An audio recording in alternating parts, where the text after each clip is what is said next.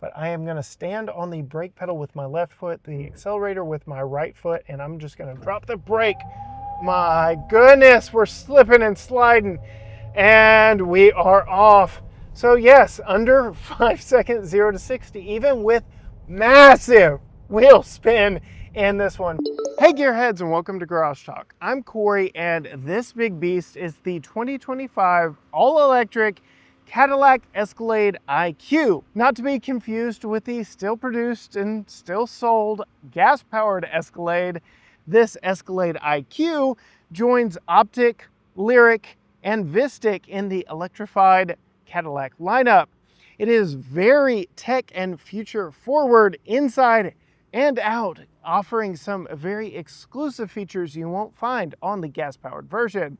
But is this $153,000 luxury 3-row SUV any good?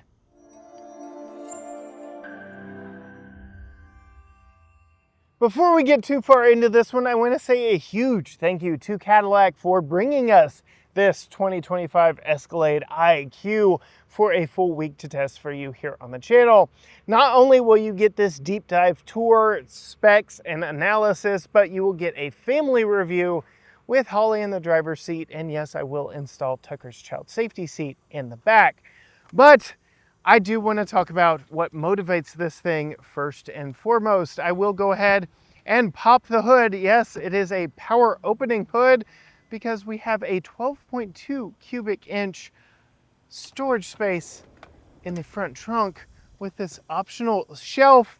It makes for grabbing stuff in and out of it very easily. So no need for a big V8 like, again, the still produced gas powered Escalade. Don't worry, you can still get an Escalade powered by Dino Juice, but I did want to show you, this is a massive hood. It is very long, so long in fact, you will want this optional cargo shelf because this carpeted lined front trunk area does go back very far and is very deep. Very impressed with the storage space allowed in here.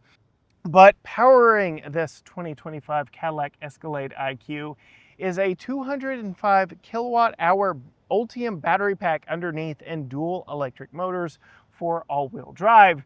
In regular driving, you will get 680 horsepower and 615 pound-feet of torque in this dual motor Escalade IQ. But if you push the Velocity Max button inside, you will get 750 horsepower and 785 pound-feet of torque for short boosts, good for an under 5 second 0 to 60 run. We will absolutely be testing that out later in this video, but suffice it to say, yes, good storage up front here, lots of power. This thing is not sluggish by any means, but I do want to go ahead now and close the front trunk, which you do have to push and hold the button to close it. And I'm sure that is Cadillac General Motors lawyers making sure you don't squish any fingers underneath this long hood. But I really do love the way that this one is spec'd. We have deep space metallic paint on this one.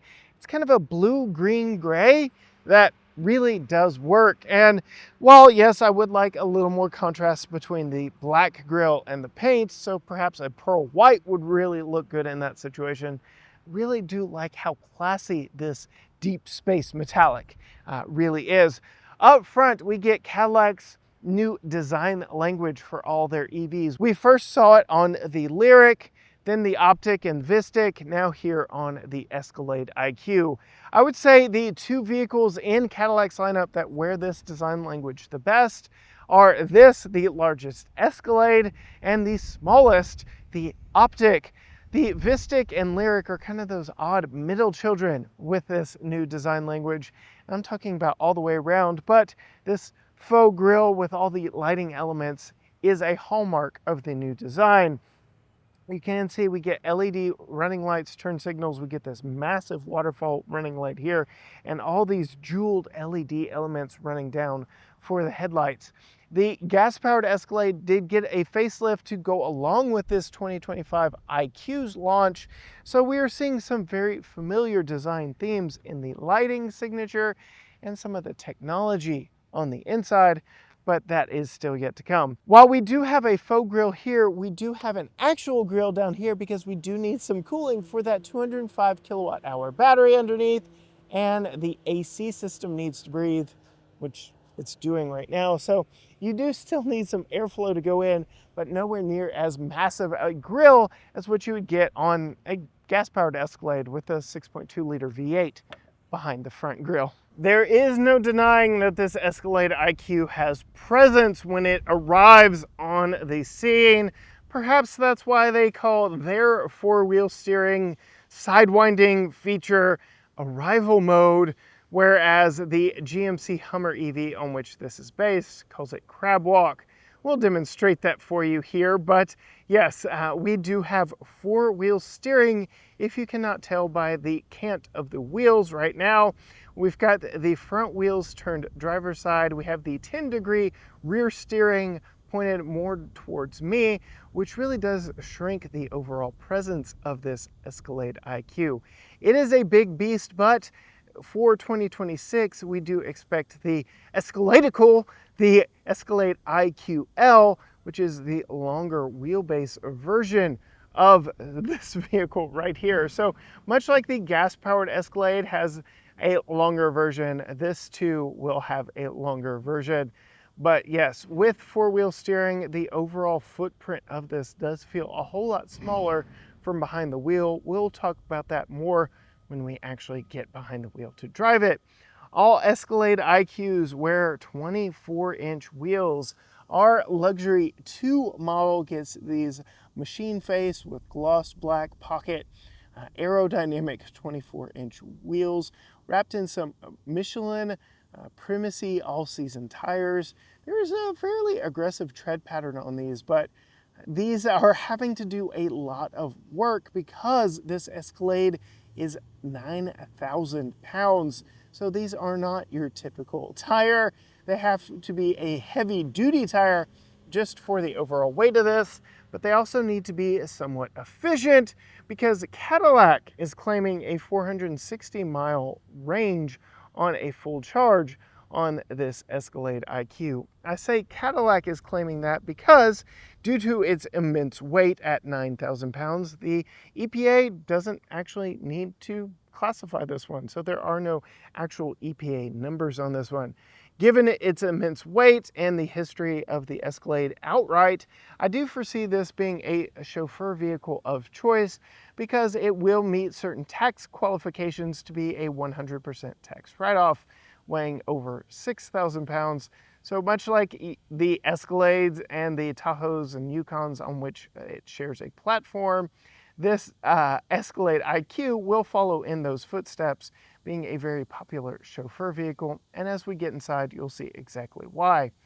As we look at the profile, you can see we get some satin chrome accents on the front fender up there with our blinker, turn signal indicator, and the Cadillac crest.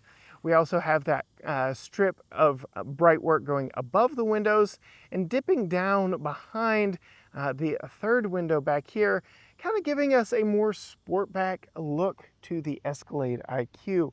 So this is losing that kind of boxy traditional SUV style that we've seen on Escalade, having a more fastback swept rear look back here in the back, which does give us a smaller overall rear window. It gives us a smaller interior third row window, and it does give us a very unique design back here for the Escalade. The Escalade has long had roof to bumper taillights, which we see broken up here on the Escalade IQ. So we still do get these LED taillights down low here, paying homage to the music industry's love of the Escalade. We do get piano key lighting here for the lower brake lights, but we do have this upper brake light up here that just works in conjunction to still kind of give you that same overall feel of having a massive brake light running down the entirety of the back of your Escalade. I will imagine that this makes it a little bit cheaper from a repairability standpoint, since if something happens to the top portion. You don't have to replace the entire taillight. That has been a long topic of conversation with repairability of the old Escalade. We do have a backup camera back here on the back. We do have a rear wiper hidden under that rear spoiler above the back window, but it is a very cleaned up back end. No exhaust ports on this one because, well, there is no exhaust. It is fully electric. And if you haven't gotten used to Cadillac's Newton meter numbering system on the back of their vehicles, yes, this is 1,000 Newton meters worth of torque with electronic four-wheel drive. That is essentially what that numbering system back here means. They couldn't do displacement because, yes, the brand was going all electric. So that meant torque is really the better number, and torque is all over the place. And a Newton meter torque number just looks more impressive. Like 1,000 looks a whole lot better than 785, right? As we look at the back of the Escalade IQ, you may be confused as to exactly where the latch is to open it, because we have all the cameras right here where you would typically have a latch. Well, that's because the logo itself is the release for the power hatchback here. You can see, even with that sloping rear roof line, we still get quite a bit of cargo space behind the third row of seats, and that's to be expected on a vehicle platform of this size. We get some nice touches back here, like some power, so you can power some items for a tailgate back here. We have our subwoofer. We have a lot of tie downs back here for if you are wanting to secure some cargo. We do have this false load floor with a little bit of additional storage underneath. It's actually more than we get under the floor of the traditional Escalade. You can see there is our charge cable right there, provided by Cadillac in that hard shell case. But yes, the additional storage under the hood is really where you're going to find your biggest additional storage benefit. You can see we have a 60-40 split bench third row seat here. And yes, Cadillac did include a center headrest here. A lot of you have commented about how GM has been leaving off center headrests in their bench seating here lately, and so that is not a problem. And then we do have a power folding third row seat, so you can expand your cargo space very quickly and easily with the power fold seats here. But we will talk about this as we get into the vehicle. Cadillac has a little bit of a trigonometry problem, I will say, in that if you have the second row seats in their furthest back positions, these third row seats will not fold down. They will hit the backs of the second row seats. So you'll need to walk around to the side of the vehicle because they are manual slide second row seats. It is just part of the brand, the overall brand, General Motors' idea of giving a lot of space to second row occupants. We've seen it on the three-row variants from GMC, from Chevrolet in their Yukon and their Tahoe Suburban. We also see it in their crossover vehicles, in the Acadia, the Traverse, all having that same problem with the priority of space going to that second row, making folding down these third row seats a little bit difficult. You can power fold these second row seats. So let's see, we want to do the left seat. You can see they power fold into the floor, but then I had to go physically bring it back up. I can't do it over here because Tucker's child safety seat is already in place, and we will give you a quick tutorial of how to do that in our family review, so be sure and hit the subscribe button there. We do get lots of space underneath the hatch right here, and if you are done in the back, you just push that button right there. You get a couple of beeps before the hatch starts to come down and quickly close for you. Before we move inside this one, there's a lot to talk about on the key. It is Cadillac's typical key. You can see it is a proximity key with a lot of push buttons on here. So we get lock, unlock, remote start, power front trunk release, power hatch release, and a panic button. You can deploy a physical key from here if you need to. Now, unlike the gas-powered Escalade, that back window does not open by itself, so you can't quickly reach in and grab some cargo back there in the back if you need it. Again, that is due to its more steeply raked rear profile. But the very unique thing about this Escalade IQ are its motorized doors. Yes, all 4 doors are power operated. We do have Cadillac's proximity key system here, and given the fact that it is a electric latch back here that you push to power operate these doors, it is on all 4 doors that you can just walk up and open and unlock the vehicle. You can also power close by pressing that same button on the backs of all 4 doors. You can see the handles are also illuminated for walking up to the vehicle at night. But as you can see, yes, power operated doors open a preset amount, so they aren't banging into anything, but they do open wider if you need them. But there's a little bit more resistance since now we have a motor to deal with. As we move inside to the door panel, the Harbor Blue with black accents in this one is so very beautiful. I really like how this one is spec'd. You can see we have 16-way positional front seats with 2-person memory, heated and ventilated seats. You can see we have a heated backrest or the full seat heat right here. Again, 16-way adjustable with massage and all the adjustments right there. And then we have our window switches. Unfortunately, all of that high touch point area stuff, gloss black. So we have a lot of gloss black there. We have a little bit of storage here behind the massive metallic door pull here. This actuates the power opening doors, whether you want to open or close it. And then we have some more storage down here. Massive AKG 36 speaker system here in this Escalade IQ, but you can opt for more if you get the executive rear seat package. An homage to Cadillac's logo of the past. My first vehicle was a 91 Cadillac Eldorado, and yes, there were ducks in that logo, so we have ducks here, reminding us of the history of Cadillac. As we take a look at the seats, a very nice seat design here. Lots of good bolstering. We've got some contrasting gray piping and stitching on this one, but these are synthetic leather. They are not real leather. So is that a problem for you in a $150,000 vehicle? I don't know. Given that this is an EV, they're trying to be more eco-conscious and not kill as many cows in the process of making their interiors.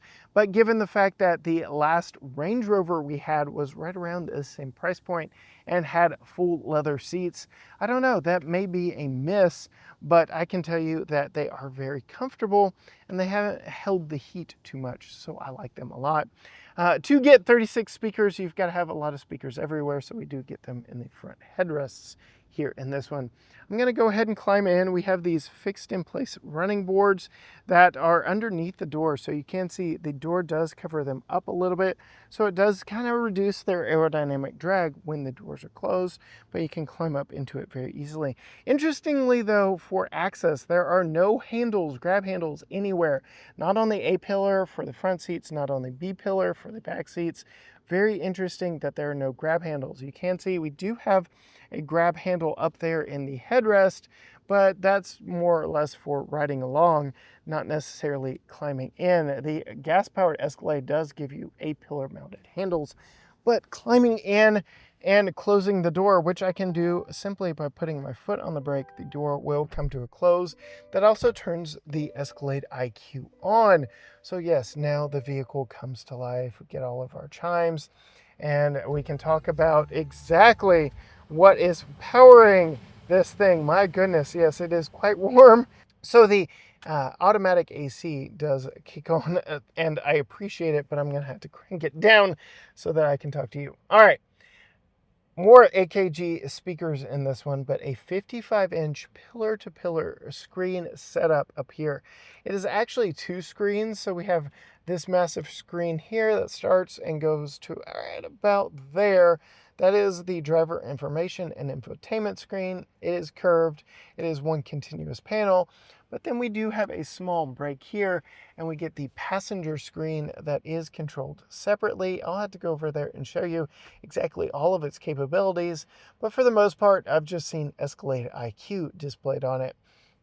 And then we have this rather expansive dash section right here, but a surprisingly small head-up display that on gas-powered Escalades is much larger. I believe it's a 15-inch unit on gas-powered Escalades.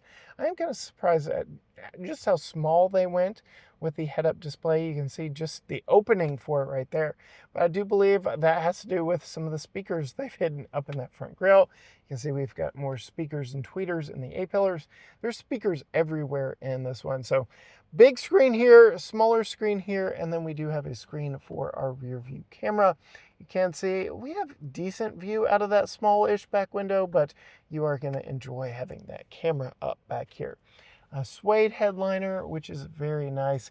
No controls here for a power sunshade because we have a solid glass roof in this one. You'll see it later when we are driving it, because this is a manually removable adjustable shade here. So I say it's adjustable, it's a flexible shade. But one of my biggest complaints is in taking it out and putting it back in, these clips are very easy to lose. We almost lost one. You can see that one just jumped right off on me, and we had to go digging around in the vehicle to find it. This is decidedly not luxury. You can see I'm gonna wait and put that in when I've got two hands to put it in. I'm very curious as to why Cadillac opted for this without giving us a roller shade, because you are going to want this closed. I did drive this for about 30 miles on my first trek, and every 2 minutes or so, I was looking for the button for the roller shade, and I had to remind myself, oh yeah, it doesn't have one. You absolutely cook in here in a Texas summer day. So yes, this decidedly not luxury removable shade is very necessary here in this one. All right, more luxuries to talk about. We do have Super Cruise, hands-free driving. I won't go into much detail on this. It works just like every other GM vehicle we've tested. I'm just still impressed with how many roads GM keeps adding to that system, and just the availability of roads that the hands-free system does work on. And then coming down here, more gloss black in high touch areas. So these are all buttons here. You can see there's Super Cruise, heated steering wheel there, typical cruise here. There's your velocity max to make this thing go really fast. Your gap adjustment, your speed to set and resume. You can change exactly what is displayed up here. So you can go to Google Maps and you can have a full map display. You can see where the cutoff really is for the driver information portion here. Interestingly enough, while using Google Maps, if this is the only map you're using, it doesn't give you an estimated time of arrival on this screen.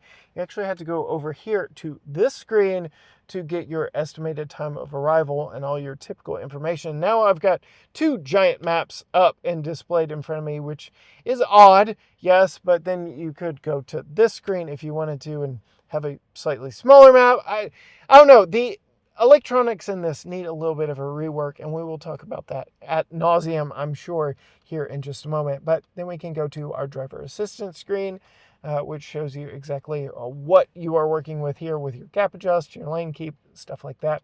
And then we do have a night vision camera up front. And as it is still daylight, it takes a little bit of time for that night vision camera to initiate. But when it does, now you can see exactly what that looks like. It is a black and white image on a small square. You can see the detection is currently unavailable. I don't have anybody walking in front of me or anything right now, so it's not a big issue. But those are your screens that you can pan through. I've generally kept it on the gauge screen. It is very cleaned up, not overwhelming you with a bunch of information.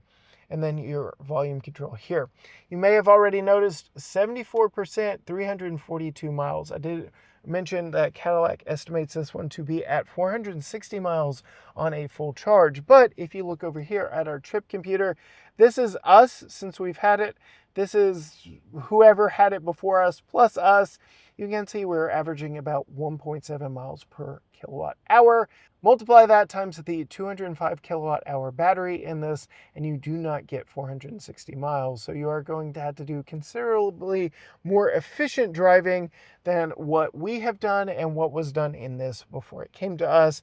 But I would suspect if you're doing a lot of highway driving, somewhere around 1.6, 1.7 miles per kilowatt, multiply that times the 205 kilowatt hour battery. that's more of your expected range. It's still over 300 miles, which is more than what we saw in the 3-row Ioniq 9 from Hyundai. You know, I really like Hyundai's EVs. So this is still a very long-range EV, no matter how you slice it. We don't get paddles per se on the back of the steering wheel for regenerative braking. We get paddle, and the harder you pull it, the more it will brake. So it is a progressive paddle here. It's not just an on-off switch, which I like that well enough, but I have not been using the one-pedal drive mode, which can be accentuated or activated through here. You can set your level. See, you can see exactly what I mean about the electronics in this being just a bit iffy. So you get a quick access control here for all of your desired items, like your 360 camera. I actually did drag that down, but you can see now those buttons are gone. They've been replaced with more buttons. I can turn the vehicle off. My parking sensor, my glove box is electronically opening and closing. And then my one pedal drive button again is right there. I can access more. That's my delayed off. But they've divided this bottom row into a couple of different sections, and it's always changing what is displayed there. So you can see I put it in drive, and now the vehicle off delay is gone, but my vehicle off is still there. If I put it in reverse, this is something that is absolutely driven me crazy. We have a very steep driveway that activates the emergency braking on this. So for us to get smoothly out of our driveway, I have to turn off the parking sensor as I'm backing down. But if I come to a complete stop, this is the setup here. But see, as I start moving here, this vehicle off button should disappear. I need to go a little bit faster. But yeah, the vehicle off button disappears and does not reappear until I come to a slow stop. So the faster you go, yeah. So if you're aiming for that parking button, it may move on you. I don't know. It's just a long list of software related hiccups in this vehicle that I don't quite get. In addition to this, like I said, it's divided into two sections. So we've got our quick access buttons over here and our vehicle quick access buttons over here.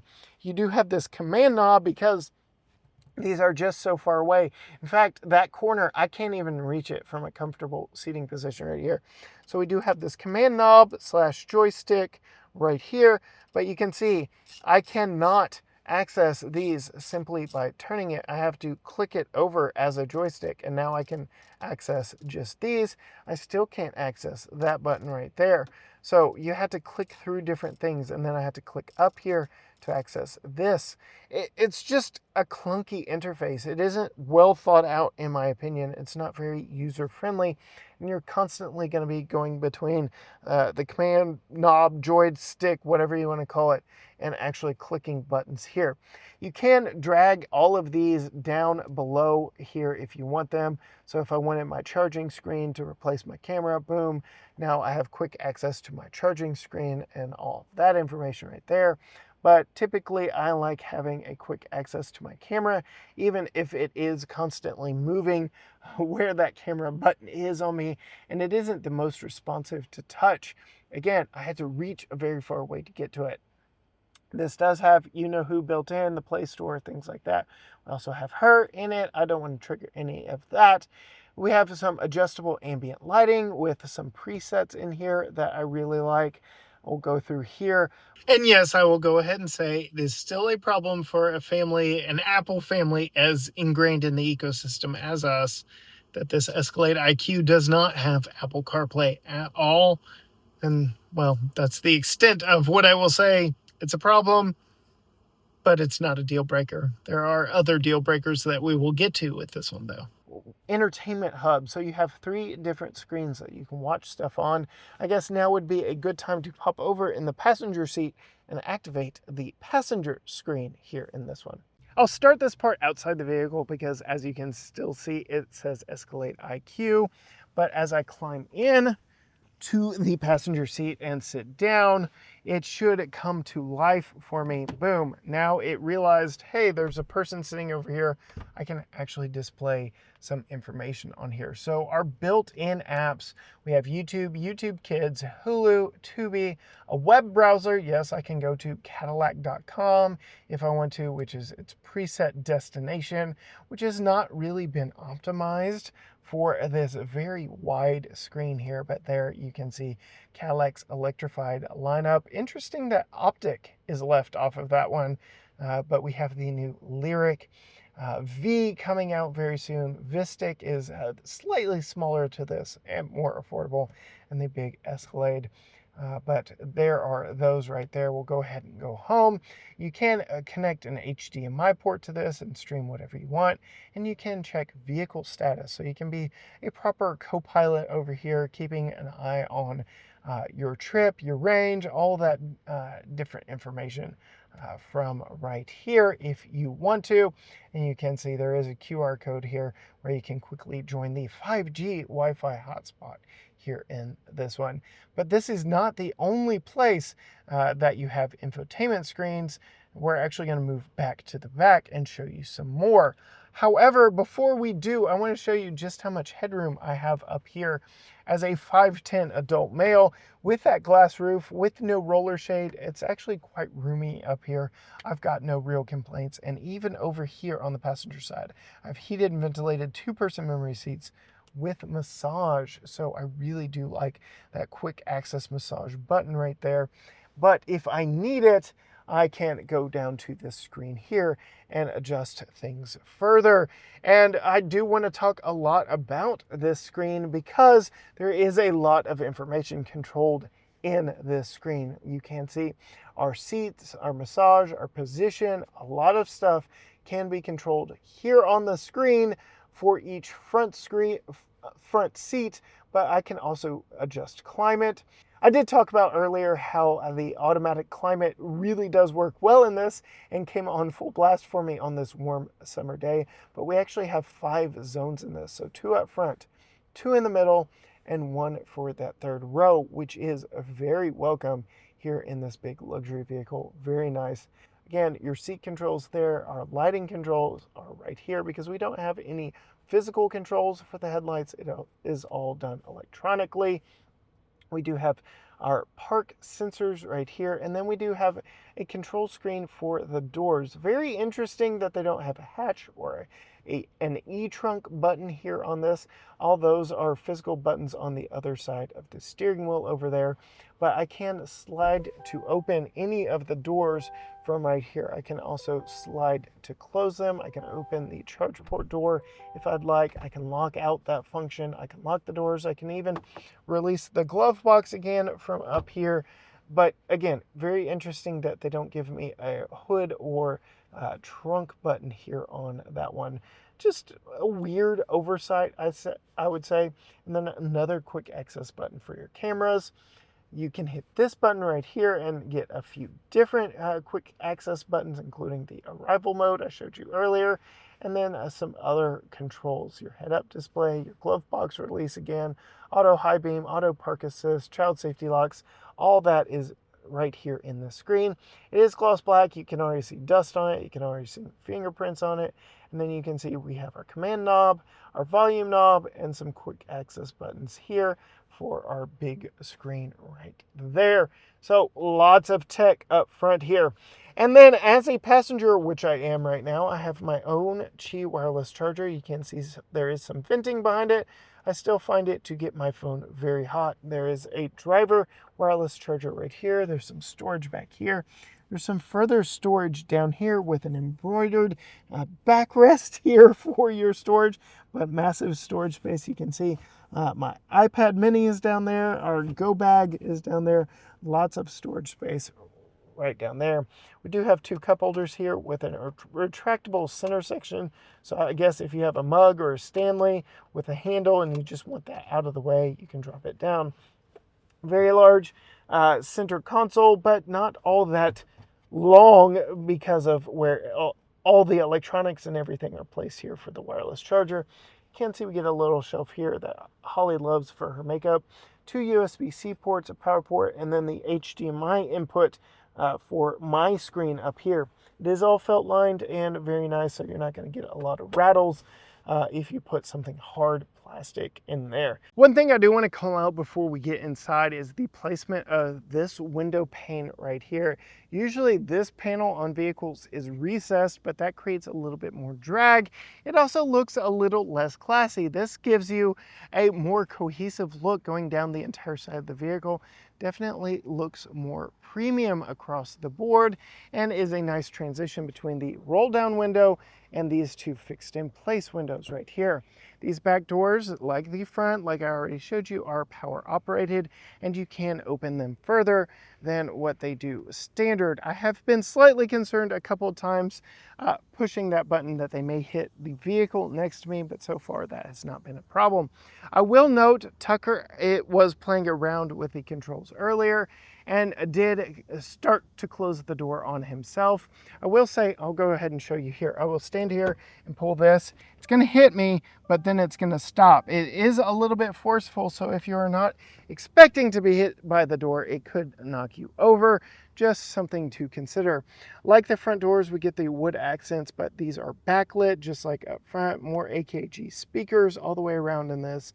The door pull here, you have lock controls back here to go with your window, but again, all gloss black. No sunshades in the back doors back here. That is a miss for me, along with the fact that we don't have a roller shade for that big glass roof.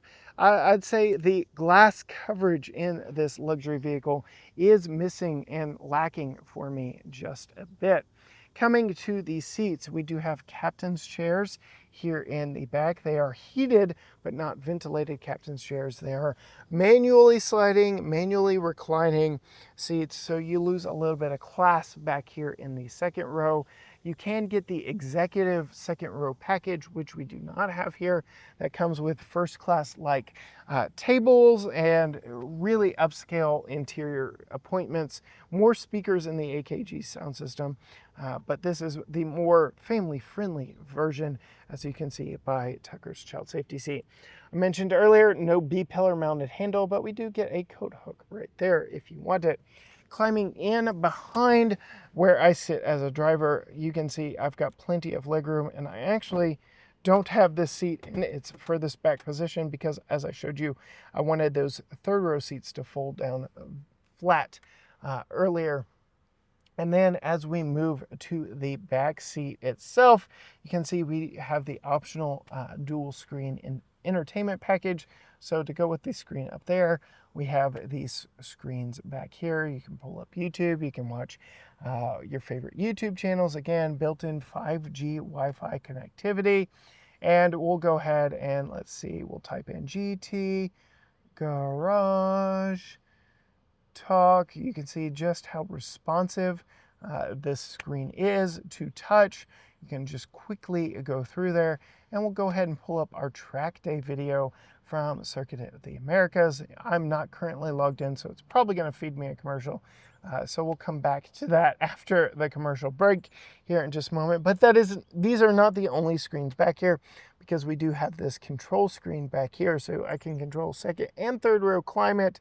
Again, 5 different climate zones in this Escalade IQ, which is a very welcome addition in the luxury segment. Everybody practically can have their own controls and be set up and comfortable in this Escalade. You can see I'm playing over here with the playback quality of the screen because they are 4K screens.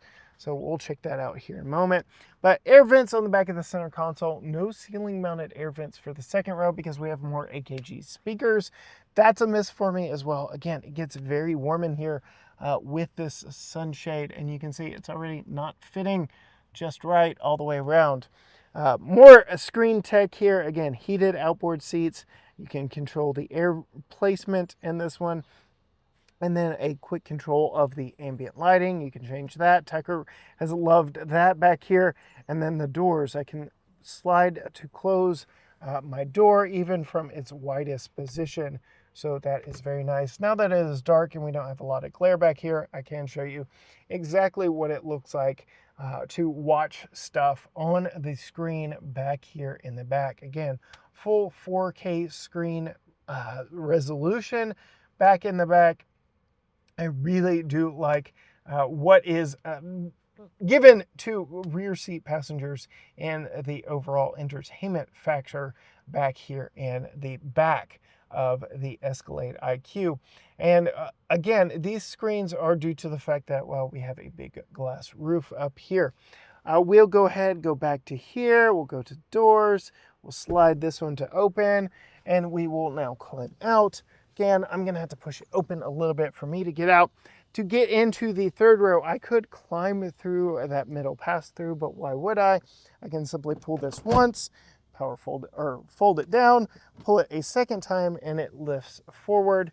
Now I can climb into that third row, 3-person back seat. You can see, as I mentioned earlier, we do have that center headrest, something you have not seen on Escalade third row seats in the past, which is very nice. Interestingly though, no lower latch points for child seats back here. We do have top tethers all the way across the back, but no lower latch points. So that is becoming an increasingly wider option across 3-row vehicles, and it is odd to me that this Escalade IQ does not have it. You can see the center seatbelt is actually coming from the ceiling back behind the headrest there on the right. But we'll go ahead and climb in. You can see, much like the regular Escalade, we are sitting up off the floor. It's not directly booty on the floor back here, and we do have some amenities: a padded armrest, a cup holder, a USB-C power.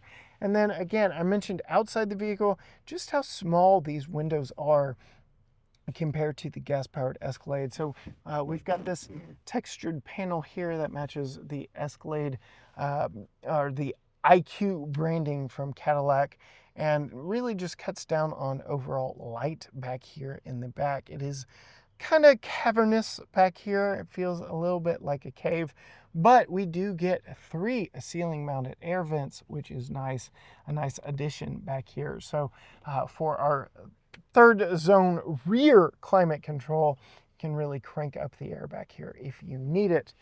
And then over here on the passenger side, yes, I still get a cup holder and a power port and a small little grab area. I guess I could stand my phone upright here if I needed to.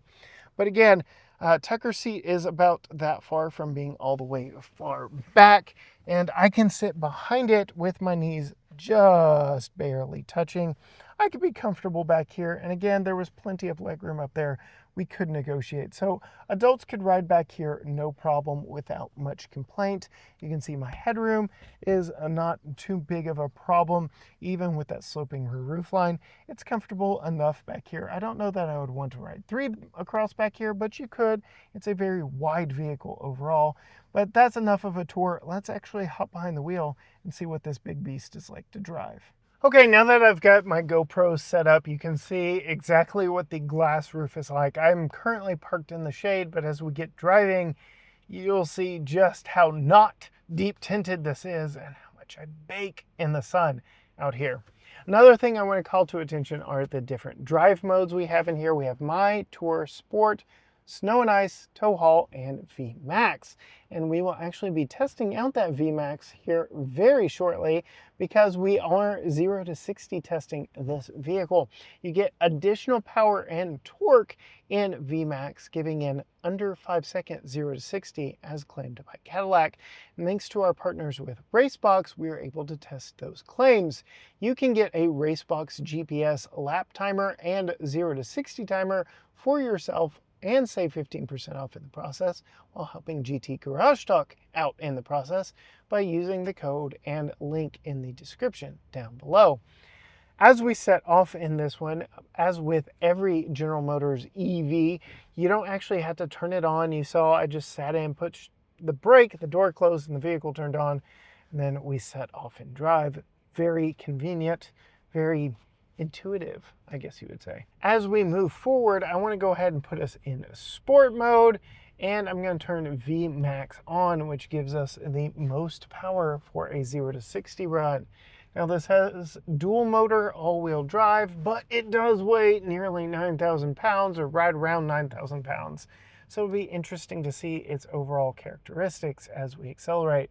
But I am going to stand on the brake pedal with my left foot, the accelerator with my right foot, and I'm just going to drop the brake. My goodness, we're slipping and sliding, and we are off. So yes, under 5 seconds, 0 to 60, even with massive wheel spin in this one, 4.92 in that initial run. We're actually going to come to a slowdown and try it one more time because I got a massive amount of wheel spin on that one. Very curious if that happens again. So stand on the brake, stand on the accelerator, ready, set, and off. Still getting massive wheel spin, but quicker 0 to 30 on that one. 4.78 seconds that time. So yeah, they're right, under 5 seconds. It is a fairly dramatic experience though, because between the wheel spin from those massive 24-inch wheels and the massive amounts of weight shifting to the rear of the vehicle, the nose gets very squirrely. So I don't recommend doing that too much. I mean, it's an Escalade after all, and it's not an Escalade V, so it's not really a drag racer. It's not really the characteristic. The characteristic of this car is in tour mode, just cruising. So we do have that adjustable air ride suspension that can raise and lower as needed, but it does give you a nice smooth ride and does its best to counteract physics. Again, 9,000 pounds of weight is very hard to hide because, well, you're making a lot of mass move down the road. On very choppy pavement, you can hear just how much those wheels are moving just underneath you. It's very obvious just how heavy this vehicle is. Even though the ride is smooth, there are instances, like I said, choppy pavement, brick pavement, like we will test in our family review, where you just know, yeah, this is a heavy vehicle and that suspension is doing the most to make it very comfortable and cushy here on the inside. And I really will commend the ride and handling in this. I have thoroughly enjoyed this vehicle. That coupled with the fact that I have ventilated massaging seats in this one, it's been our vehicle of choice for obvious reasons as we've driven it around, but it's not perfect. Its biggest Achilles heel is not this roof and how much it bakes you, because we do have that temporary cover that we've just left in place for a majority of our time with this here. It's the fact that because of the weight of this vehicle, we are federally mandated to not have a convex mirror over there, and therefore we have a massive blind spot in this. And I do mean massive. As I was driving over here to film this portion, there was an entire Lincoln Nautilus completely hidden from me in traffic. Could not be seen because of the limited visibility thanks to the second row of seats, the small back window, the high overall riding position of this vehicle, and the fact that that is a flat mirror over there. It was completely invisible. I could see the cars in front of it. I could see the cars behind it. Now, Cadillac has thought of that and given us some unique features we don't have in any other General Motors vehicle, with our blind spot cameras that are absolutely massive on the center screen here. So taking a cue from Hyundai and Genesis, we get blind spot cameras when you put your blinker on, and they are 100% necessary. I could not drive this vehicle without those cameras. Yes, I have blind spot monitors in the mirrors, but even that is a very easy thing to miss. I need to be able to put my blinker on and physically see electronically that there's nobody back there, because I can't see back there. Like, it is amazing how big of a vehicle you can hide in the blind spot of this Escalade with that flat mirror. It is a completely jarring experience. In our family review, a little bit of spoiler, Holly spent the better part of the video fiddling with it before I told her. I was like, yeah, that's a flat mirror. That's why you can't get it adjusted. She thought she was going crazy, but you really cannot see much out of that mirror. And that, again, is due to the sheer weight of this. At 9,000 pounds, the EPA didn't need to rate it for efficiency, and we needed a truck-like, heavy-duty truck-like mirror over there. I really wish we had a convex stick-on mirror. I know you can get that aftermarket, just like we had an aftermarket shade, so to speak, up here. But yes, I could not drive this without those blind spot cameras. Completely unnerving experience, not being able to see a massive vehicle in your blind spot. It truly does hide very large vehicles back there and makes this a very interesting vehicle to drive in normal traffic. The four-wheel steering does shrink how big this feels when you're driving it. The instantaneous torque shrinks how heavy it feels when you're driving it. The air ride suspension shrinks how heavy it feels when you are driving it, but you're still kind of aware of it. Yes, you get some body roll in Tour. Yes, it is still a big, massive vehicle in here, so you know you're piloting a lot around, but not being able to see a very large vehicle out right next to me is very unnerving, to say the least. That, coupled with some of the missteps with the technology, which I know could be fixed with over-the-air updates, I really have a hard time recommending this vehicle just yet. There are a lot of compromises you have to make to get this big Cadillac Escalade IQ and live with it daily. For this same price, you could have a Range Rover Sport, which is a smaller vehicle, but does carry quite a bit of prestige with its name and heritage as well, and will still give you that same arrival experience that you get with this. Pulling up in this or pulling up in a Range Rover still says, yes, I've got style, I've got class, but with that Range Rover, I just feel like you're making less compromises. It too was also V8 powered, so you could fill it up at a gas station, which the charging on this, let's talk about this. I'm at 69% now with 322 miles left to go according to the computer, but I'm sure if I do the math, and when I'm editing this, I'm sure I will do the math, that doesn't math out. The math ain't mathin' here in this, because I'm getting 1.6, 1.7 miles per kilowatt hour as we drive this one around town, and 69% of 205 kilowatt hour battery. Yeah, that does not give me 322 miles, though I have not had to charge this one. Most EVs, I'm charging them all week just to keep them charged up. I don't have range anxiety in this whatsoever. This thing can go and go and go. In fact, I'm going to give it back without having topped it off, which is something I normally do, because the delivery drivers have about 100 miles to take this back to the warehouse from whence it came to actually put it away for the next journalist to drive it. So yes, typically I charge these up when I say goodbye to them, but I'm not going to have to do that here in this one because it does have a massive battery and a very long range. However, that has kind of been GM's problem lately, is yes, they make up for range by making the batteries bigger and bigger, but I have noted in practically every General Motors EV we've tested just how heavy they are and how heavy they feel. The Blazer EV SS was the most egregious in just how heavy it felt when you were driving it. Every time you came to a stop, the weight shift back and forth, you rocked at every stoplight, every stop sign you came to. This Escalade is heavier and does it, but not to the same extent, thanks to its adaptive air ride suspension. They were able to fix some of that, so to speak, with the suspension tuning, whereas that Blazer EV SS really was meant to hold you to the corners in its super sport personality.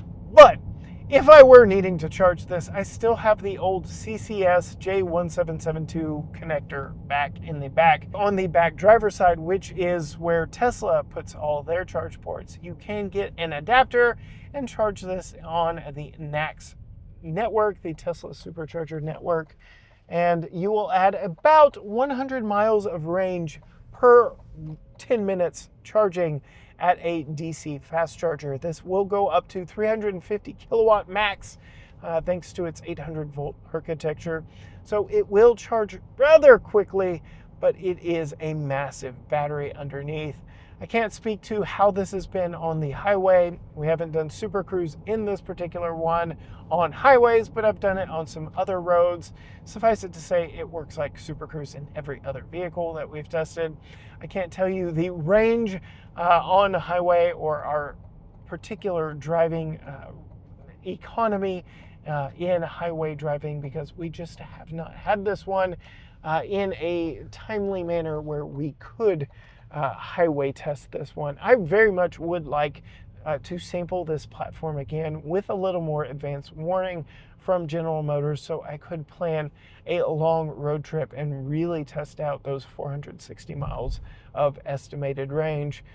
Because this is the most appealing EV for me here in Texas, based solely on the range. I do applaud Cadillac for giving it a lot of range, but again, there were some massive trade-offs. So that blind spot is caused by the range of this vehicle because of the battery caused the weight caused the flat mirror caused the blind spot. You can see how engineers had a lot to deal with when making this vehicle, and there were trade-offs everywhere along the way that they were having to calculate for and adjust for and make calculated decisions as they planned and pinned out this vehicle to bring it to production. And that's why I would say the Vistic seems a little more my speed if I want a big 3-row Cadillac EV.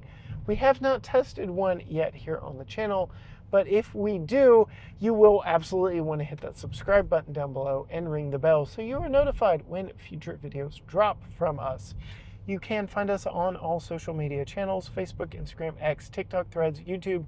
Everything is at GT Garage Talk, or you can go to gtgaragetalk.com, where you will find links to everything we do and every vehicle we have tested.